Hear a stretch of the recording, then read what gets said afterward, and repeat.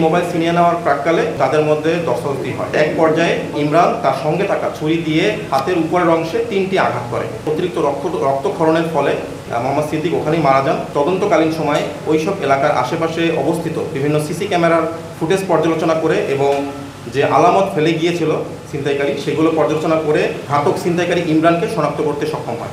টঙ্গী পূর্ব থানাধীন বন্ধন কমিউনিটি সেন্টারের সামনে ফ্লাইওভারের উপরে ছিনতাইয়ের উদ্দেশ্যে ভিকটিম মোহাম্মদ সিদ্দিকের পথরোধ করে এবং তার কাছ থেকে মোবাইল ছিনিয়ে নেওয়ার চেষ্টা করে। তো এই মোবাইল ছিনিয়ে নেওয়ার প্রাক্কালে তাদের মধ্যে মোহাম্মদ সিদ্দিক ইমরানকে বাধা দেয় এবং তাদের মধ্যে দস্তদস্তি হয়। তো দস্তদস্তির এক পর্যায়ে মোহাম্মদ ইমরান তার সঙ্গে থাকা ছুরি দিয়ে মোহাম্মদ সিদ্দিকের হাতের উপরের অংশে 3টি আঘাত করে এবং ওখান থেকে দ্রুত পালিয়ে যায়।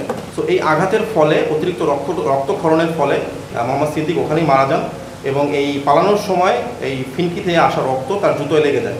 তো জুতো এবং ছুরি আঘাতকৃত ছুরি দিয়ে সে ওখানেই ফেলে ইমরান সাথে সাথে পার্শ্ববর্তী মাজার বস্তিতে আত্মগোপন করে।